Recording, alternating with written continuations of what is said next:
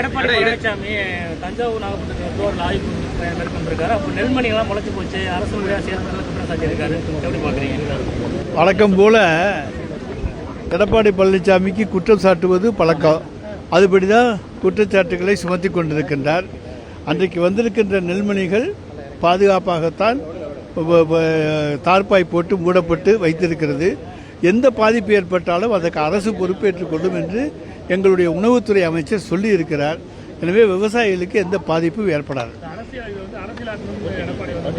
எடப்பாடி எதை அரசியலாக்கினாலும் அதை பற்றி எங்களுக்கு கவலையே கிடையாது. அவரை மக்கள் அதை பற்றி கவலைப்பட மாட்டாங்க. அவர் எல்லாமே அரசியல் தான் பண்ணிட்டு இருக்காருங்கிறது நாட்டுக்கும் தமிழ்நாட்டு மக்களுக்கும் நன்றாக தெரியும். கடந்த ஆண்டு பெரிய மலைக்கே காலதாமதமாக வந்தார். இப்போ சின்ன மலைக்கே உடனடியாக களத்துக்கு வந்திருக்காரு. எலெக்ஷன் ஒரு நாள் எப்படி பார்க்குறீங்க? தேர்தலுக்கு வருகின்றவர்களை பற்றியெல்லாம் நாங்கள் கவலைப்படுவதில்லை. எப்பொழுதுமே மக்கள் பணியிலே பெருமழை பெய்கின்ற பொழுது களத்தில் முதலில் நிற்பவர்கள் திராவிட முன்னேற்ற கழகத்தைச் சேர்ந்தவர்கள். அதை கடந்த 4 ஆண்டுகளாக நீங்கள் பார்த்து வருகிறீர்கள்.